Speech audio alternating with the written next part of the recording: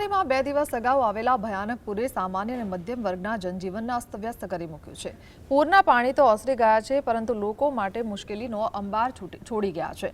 ખાસ કરીને નવસારીના શાંતાદેવી રોડ વિસ્તારમાં પૂરના કારણે સર્જાયેલી સ્થિતિ અત્યંત ગંભીર બની છે। સુરત અપડાઉન કરતા અસંખ્ય રત્ન કલાકારો અને શ્રમજીવી પરિવારના 500થી વધુ બાઇક અને કાર પાણીમાં ગરકાવ થઈ ગયા છે। મોટાભાગના વાહનો ટોટલ લોસ કન્ડિશનમાં આવી જતા લોકો સામે હવે રોજીરોટીનું મોટું સંકટ ઊભું થયું છે। આ પરિસ્થિતિને પગલે હવે સ્થાનિકો અને નગરસેવકે પણ સરકાર પાસે વિશેષ રાહત પેકેજની માંગ કરી છે। કોઈ નિમોટોમાં ઓમાન બધામાં નોકરીઓ કરે, કોઈ બહાર સુરત જાય છે, કોઈ વલસાડ જાય, બિલીમોરા, ચીખલી પોતાના કામ ધંધા માટે જાય છે, પણ અત્યારે તો શું બાઇકો બગડી ગયેલી છે અને ગેરેજોમાં પડી છે બધી, એટલે આવવા જવાની થોડી તકલીફો પડે છે। नुकसान थयेल छे। 500 साढ़े 500 बाइको पानी में गरकाव थई गेल होय।